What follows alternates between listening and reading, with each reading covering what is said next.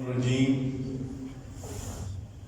بسم اللہ الرحمن الرحیم الحمد للہ رب العالمین والصلاة والسلام علی سید الانبیاء والمرسلین وعلی آلہ واصحابہ اجمعین قد افلح من تزکا۔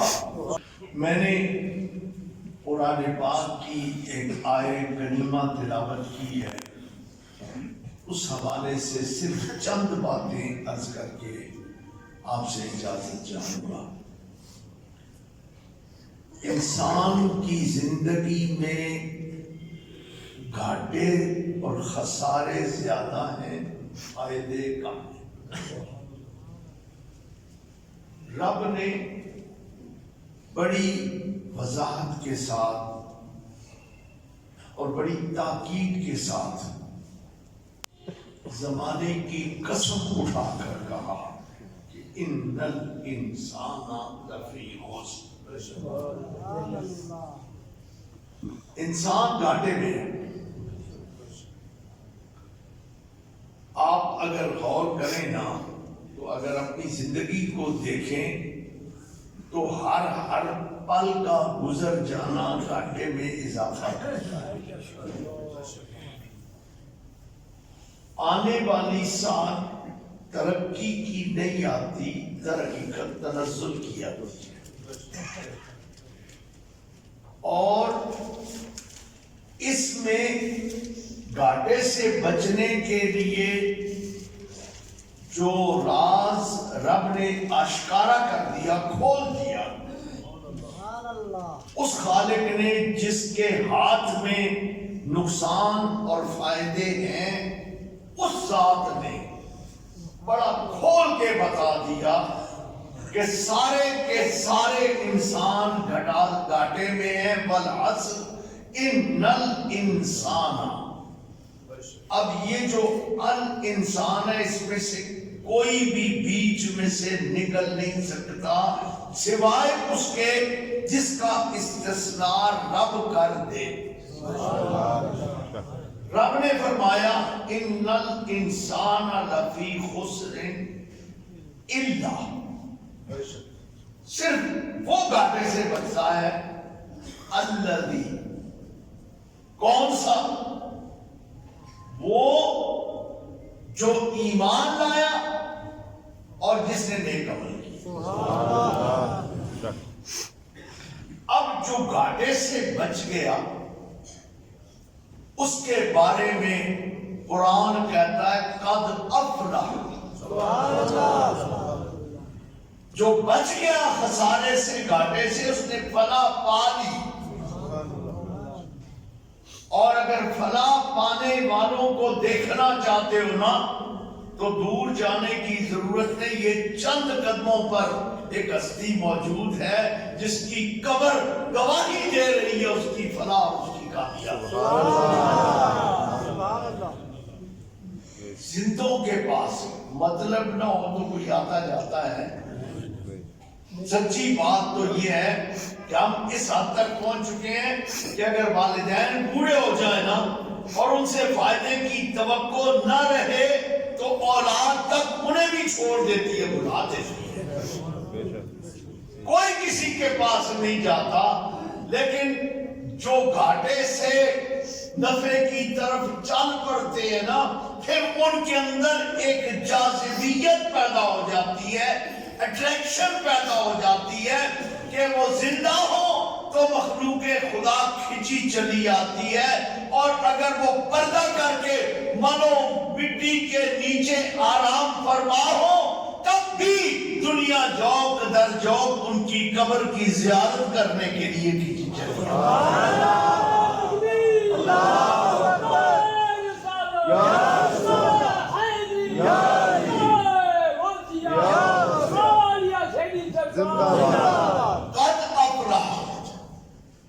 تحقیق فلاح پا گیا ہو، اور افلاح سے مراد فلاح کا وہ آخری درجہ، انتہائی اعلیٰ ترین مقام حاصل کر لیا اس نے۔ کس نے؟ من تزکا، جس نے اپنے اندر کو پاک کر، سبحان اللہ، جس نے اپنے ظاہر کو بھی پاک کر دیا اور جس نے اپنے باطن کو بھی پاک کر دیا۔ سبحان اللہ، قد افلح من تزکا۔ اب سوچنے کی بات یہ ہے کہ اپنے آپ کو پاک کرنا کیسے ممکن ہے؟ تو صوفیاء کہتے ہیں اس کی 3 صورتیں ہیں۔ سبحان اللہ، ایک صورت ہے وہابی، ایک صورت ہے قسمی، اور تیسری صورت ہے عطائی۔ سبحان اللہ، ایک صورت وہابی، ایک صورت قسمی اور ایک صورت عطائی۔ وہابی کون سی ہے؟ وہ وہاب جسے چاہے تو اس دنیا سے آنے سے پہلے ہی اسے پاک کر کے دنیا میں دے۔ سبحان اللہ، سبحان اللہ، اب وہ وہاب وہ چاہے تو اس دنیا میں بھیجنے کے بعد کسی کو کوئی نعمت عطا کر دے، اور چاہے تو بھیجنے سے پہلے ہی اسے نعمتوں سے مالا مال کر دے۔ سبحان اللہ، یہ فیصلہ اس کا ہے، اور اس کو ہم اپنی زبان میں، جو ہماری پنجابی زبان ہے نا، اس میں اسے کہتے ہیں رب دی چون۔ سبحان اللہ، رب کا چناؤ، جس کو وہ چن لے اور وہ کہتا ہے کہ ایسی کوئی انہونی بات نہیں، بلکہ وہ کہتا ہے ان اللہ اصطفیٰ آدم، سبحان اللہ، میں نے آدم کو چن لیا۔ کس کے لیے؟ زمین پر اپنی نیابت کے لیے۔ اب وہ جن و ملک انتظار کرتے رہ گئے، محنتیں کرتے رہ گئے، سعی کرتے رہ گئے، کوششیں کرتے رہ گئے، لیکن ان کی کوششیں اپنی جگہ پر اور رب کا چناؤ اپنی جگہ پر۔ سبحان اللہ، سبحان اللہ، اچھا، اس کی ایک مثال میں عرض کرتا چلوں۔ سبحان اللہ، رب کے چناؤ کی ایک مثال عرض کرتا چلوں کہ بغداد کا شہنشاہ، سبحان اللہ، پیروں کا پیر، ولیوں کا سردار، مولائے روم کا پیر،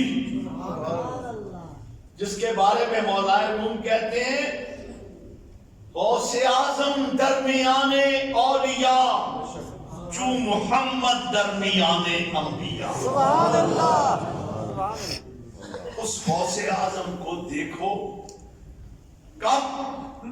اس دن جس دن وہ پیدا ہوتا ہے۔ سبحان اللہ، اب عبادت کرنا پاکی کے لیے، تزکیہ نفس کے لیے ضروری ہے، اس میں کوئی شک ہے نہیں، لیکن عبادت کو ترک کرنے سے ناپاکی آتی ہے۔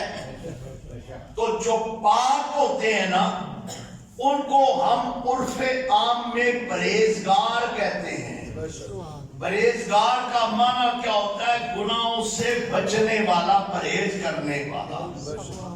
اب وہ جو گناہوں سے بچنے اور پرہیزگاری کا اپنے لباس پہننے والے، ان کے ہاں گناہ کرنا پلیتی کو بڑھانے کے مترادف ہے۔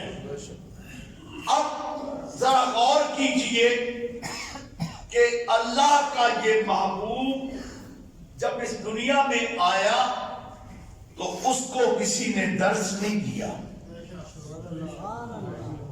نہ ایک دن کا نومولود بچہ اس قابل ہوتا ہے کہ اس کو کوئی سمجھائے۔ لیکن کمال کی بات یہ ہے چونکہ وہ پاک ہی اس دنیا میں آیا تو رمضان المبارک میں دن کے وقت ماں کا دودھ پینے سے انکار کر ماں کا دودھ پینے سے انکار کر دیا. اور حد یہ ہے کہ دن کو دودھ نہیں پیتا، لیکن جب افطار کا وقت ہو جاتا ہے، شام ہو جاتی ہے تو دودھ پینا شروع کر دیتا ہے. اب روزے کو ترک نہ کرنا، اگرچہ روزہ اس پر فرض نہیں ہے لیکن اللہ کی بندگی ہے. وہ یہ جانتا ہے کہ اللہ کی بندگی کو ترک کرنا یہ پلیتی کے مترادف ہے، اور پاک لوگ پلیتی سے دور ہوتے ہیں، سو اس نے روزے اول سے ہی روزہ ترک کرنے سے انکار کر دیا.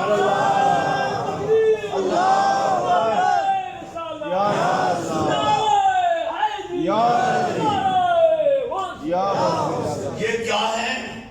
یہ ہے پاکی، وہ جو اللہ کی طرف سے پیدا ہونے سے پہلے عطا کی، اس کو کہتے ہیں وہابی طور پر پاک ہونا.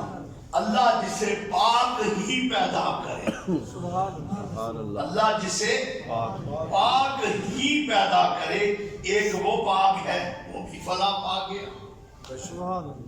دوسرا وہ ہے جو کسبی فلاح ہے، اور وہ کیسے کی جاتی ہے؟ وہ ایسے کی جاتی ہے کہ ایمان لانے کے بعد عمل صالح کرنا اور برے اعمال سے اپنے آپ کو بچانا. یہ تزکیہ نفس در حقیقت کس صورت میں ہوتا ہے، کس شکل میں ہوتا ہے، اس کو کہتے ہیں کسبی تزکیہ. وہ کسبی تزکیہ کیا ہے؟ مجاہدے کرنا، ریاضتیں کرنا، عبادتیں کرنا، گناہوں سے اپنے دامن کو بچانا اور مشقتیں کرنا، چلا کشی کرنا، مخلوق خدا کی خدمت کرنا، اپنے آپ کو اللہ کی مخلوق کے لیے وقف کر دینا، دن رات جو کچھ بھی آئے اسے اللہ کی راہ میں خرچ کیے چلے جانا. یہ کیا ہے؟ یہ ہے تزکیہ. اس کی ایک مثال دیتا چلوں. حضرت بابا فرید الدین گنج شکر رضی اللہ تعالی عنہ جب اپنے شیخ کی خدمت میں حاضر ہوئے تو شیخ نے انہیں ایک ٹوپی عطا فرمائی جس کو کہتے ہیں کلاه چہار دل کی، 4 کپڑے کے 4 ٹکڑوں سے بنی ہوئی ٹوپی. اس کے میں 4 ٹکڑے لگے ہوتے ہیں، جس طرح گدڑی میں چھوٹے چھوٹے ٹکڑے کپڑے کے لگے ہوتے ہیں تو اس کو گدڑی یا مرکھا کہتے ہیں. اسی طریقے سے وہ جو ٹوپی 4 ٹکڑوں سے کپڑوں کے بنتی ہے اس کو چہار دل کی کہتے ہیں.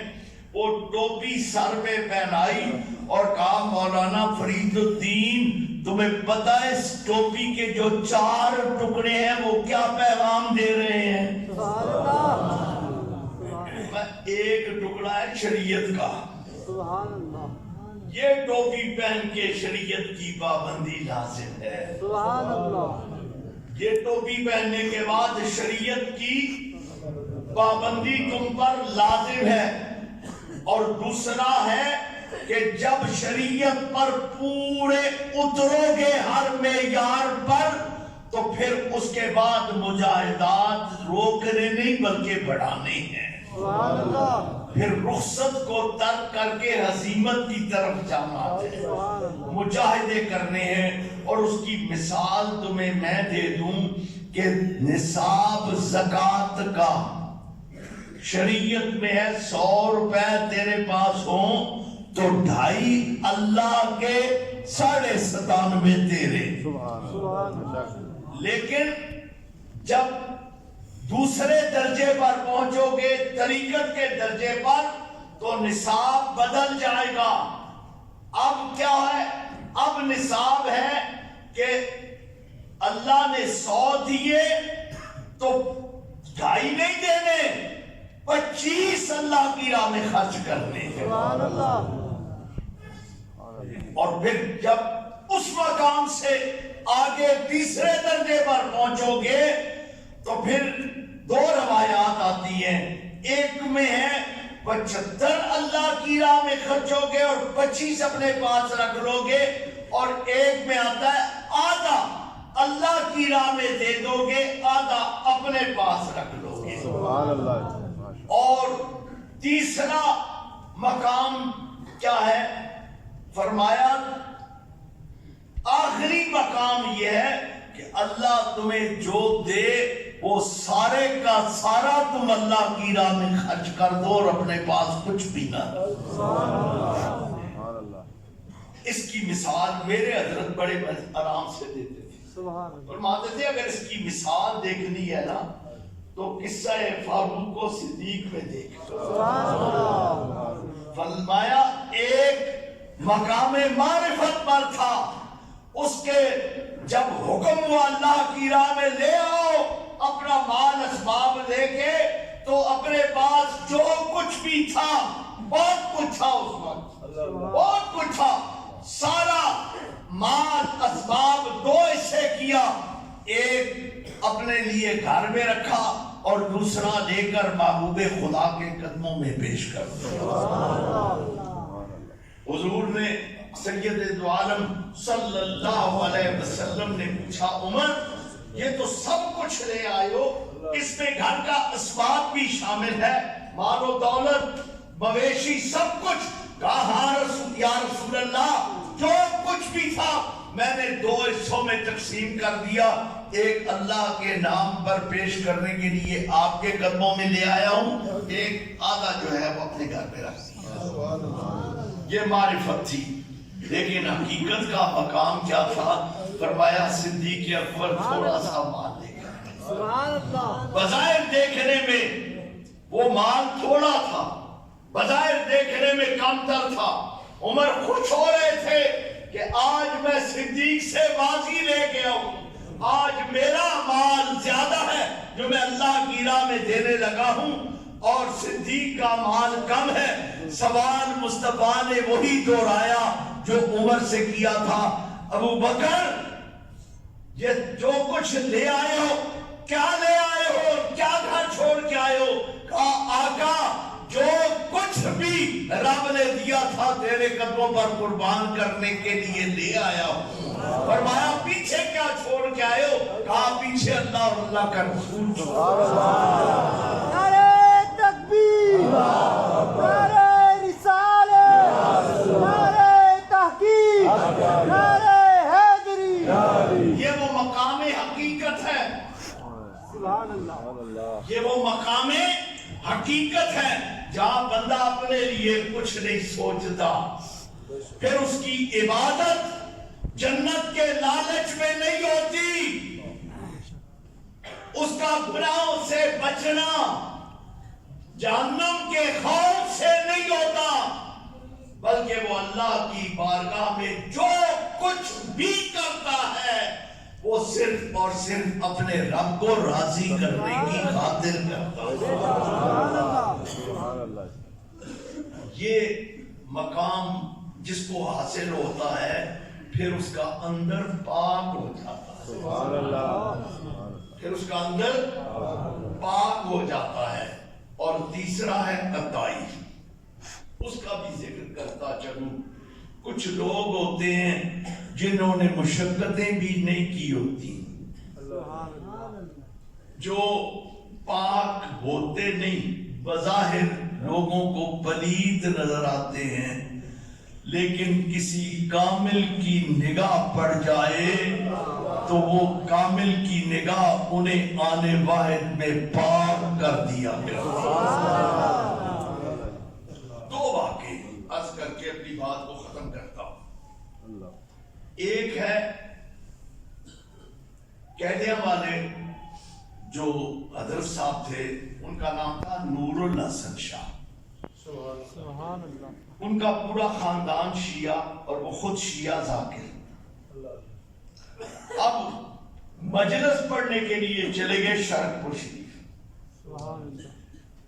مجلس پڑھی تو حضرت میاں شیر محمد صاحب کی نگاہ کرم پڑ گئی کسی طریقے سے. ان کے کانوں میں اس کی آواز جب گونجی تو کہا یار یہ تو بڑا خوش آواز ہے. بندہ بھیجا, کہا اس ذاکر کو کہنا صبح جانے سے پہلے مجھے ملتا ہوا جائے. یہ حضرت میاں شیر احمد صاحب شرک پوری کی بارگاہ میں پہنچے, سامنے بٹھایا, کہا نام کیا ہے؟ انہوں نے کہا نور الحسن شاہ. فرمایا شاہ جی تینو حسن نہ نور نہ بڑھا دیا. میں تینو حسن نہ نور نہ بڑھا دیا. کہا مالکو اپنا دستے مبارک ان کے سینے پر پھیرا, بدمذہبی کا زنگ اترا, ایک خنودگی اور بے ہوشی طاری ہوئی. جب ہوش میں آئے تو ولایت کی ساری منزلیں طے کر چکے. آج بھی ان کا فیض جاری اور ساری ہے. اور دوسری مثال وہ بھی سلسلہ عالیہ نقشبندیہ کے ایک عظیم ہستی حضرت لال عیسن کروڑ, ان کا واقعہ بڑا خوبصورت اور عظیم واقعہ. ہم ولیوں کے قدموں میں بیٹھے ہیں نا, ایک ولی کامل کے قدموں میں, تو ولیوں کی باتیں کرنا اچھا ہے. پتہ نہیں کس کی نظر پڑ جائے. وہ حضرت بابا صاحب کا ایک شعر ہے نا کہ اٹھ فریدہ ستیا تو میلہ ویکھن جا. اٹھ فریدہ ستیا تو میلہ ویکھن جا, متے کوئی مل جائی بخشیا جے تو بھی بخشا جا. کسی کامل کی نظر تجھ پر پڑ جائے تو بھی بخشا جائے. اب لال عیسن کروڑ پکا لیا کے پاس ایک جگہ ہے, صحرائی علاقہ تھا. آپ اپنے مریدوں کو لے کر صحرا میں بیٹھے ہوئے ان کو بعض نصیحت کر رہے تھے, مجاہدے کرا رہے تھے. ایک ہندو تاجر کراڑ جس کو زبان میں بولتے ہیں, وہ راستہ بھول گیا. اس نے افراد کو ایک جگہ پہ دیکھا, ان کے پاس آیا اور آ کر انہیں کہنے لگا کہ مارکا نہیں ساتھیوں دوستوں مجمع جو لوگ بیٹھے تھے اپنی زبان میں, اس نے اسرائیل کی زبان میں کہا میں کروڑ دا راہ چا دسو, مجھے کروڑ کا رستہ بتا دو. کروڑ شہر کو رستہ کدھر سے جاتا ہے؟ اب فقیر موج میں تھا, حضرت لال عیسن کروڑ موج میں تھا. کہا کراڑا کروڑ دا راہ دسے یا توڑ دا راہ دسے. اب وہ بھی نفع نقصان کو جاننے والا تھا نا. اس نے کہا فقیرہ پھر توڑ دا راہ دسا. نگاہ ڈالی, بے ہوش ہو کے گرے. جب ہوش آئی کلمہ پڑھا اور اللہ کے ولی بن. تو اللہ والوں کی نظر سے بھی سینے پاک ہوتے ہیں, محنت اور کسب سے بھی پاک ہوتے ہیں. آج یہ دعا مانیے, اے اللہ تو وہاب ہے, تو اپنی عطا سے اپنے کرم سے ہمارے سینوں کو پاک فرما. اے اللہ تو ہمیں وہ کسب اور وہ محنت کرنے کی توفیق بخش دے جس سے ہمارا اندر بھی پاک ہو جائے اور باہر بھی پاک ہو جائے. اور اے اللہ تو ہمیں ان لوگوں کی غلامی کا شرف بخش دے جن کی نگاہ سے تقدیریں بدلتی ہیں, سینے پاک ہوتے ہیں, صاف ہوتے ہیں. تو ہمیں وہ نگاہ عطا کر دے. اللہ تو ہم پر کرم فرما. تو نے حکم دیا کہ سچوں کی معیت اختیار کر لو. اے اللہ ہم تیار ہیں, تو ہی ہمیں رہنمائی فرما ہماری. اور ہمیں سچوں سے ملا دے، ان کی معیت عطا کر دے۔ اہدنا الصراط المستقیم صراط الذین انعمت علیہم غیر المغضوب علیہم ولا الضالین، آمین۔